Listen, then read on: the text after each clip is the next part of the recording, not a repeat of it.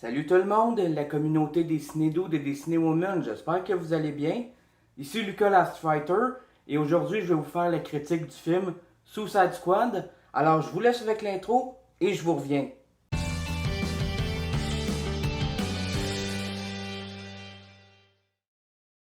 Le film a été réalisé par Monsieur James Gunn, à qui on doit les deux excellents films Les Gardiens de la Galaxie.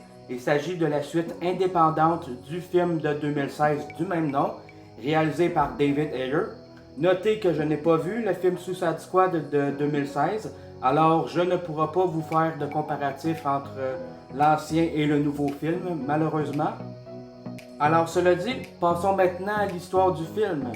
L'histoire du film suit bien entendu notre équipe de super escrocs favorites, la Suicide Squad, incluant Harley Quinn, Bloodsport, Peacemaker, Polka Dotman, Rick Flag, Ratcatcher et King Shark, dans une péripétie grotesque et sanglante à travers le Mexique. Et oui, cette équipe de bandits et de super vilains devront unir leurs forces pour défendre la Terre contre les forces du mal, faisant ainsi une histoire de super-héros à la Deadpool.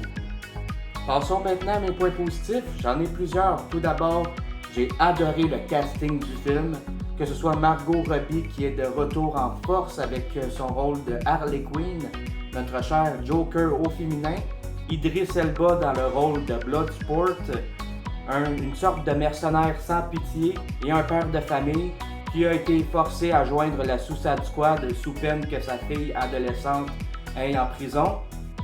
John Cena dans le rôle de Peacemaker, un pseudo-défenseur de la paix et un Capitaine America douchebag qui apparemment fait tout comme Bloodsport, mais en mieux, du moins c'est ce qu'il prétend.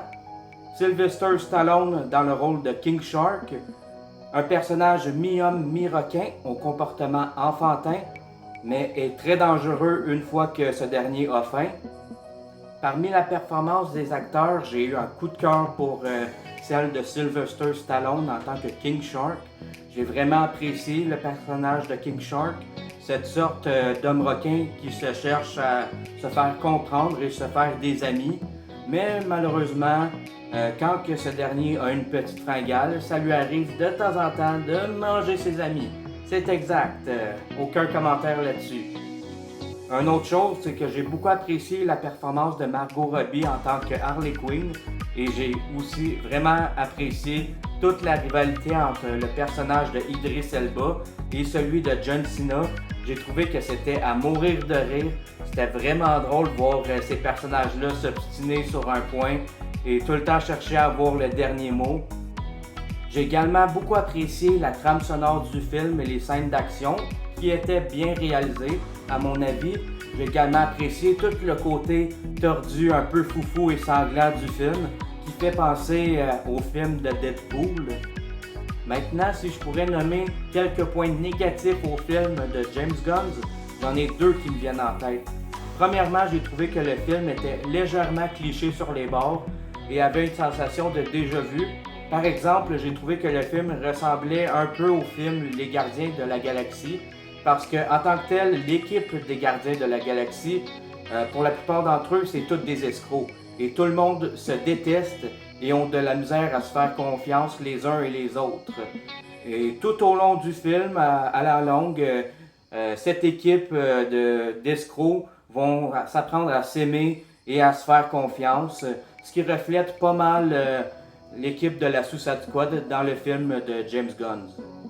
Pour mon deuxième point négatif, bon ok, celui-ci va contenir un petit spoiler, mais au début du film, on voit une deuxième équipe de Suicide Squad qui inclut le personnage de Michael Rooker, appelé Savant, Harley Quinn et Rick Flag, une belette qui parle, posez-vous pas de questions pour celui-ci, et plusieurs autres.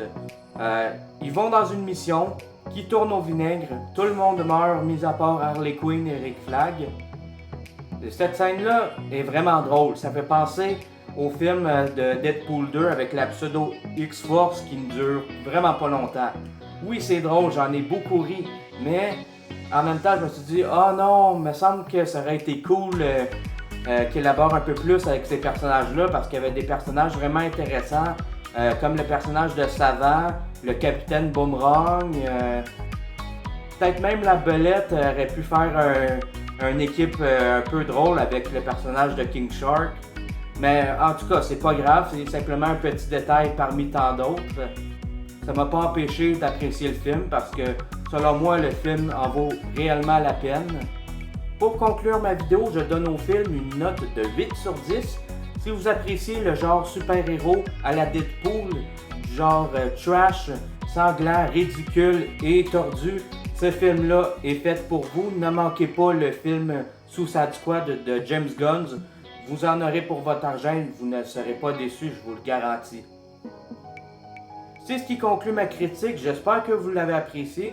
Si oui, mettez un pouce en l'air, un petit commentaire et bien sûr abonnez-vous à notre page Facebook et notre chaîne YouTube. Les films, c'est sérieux. C'était Lucas Lastwriter qui vous dit bon visionnement.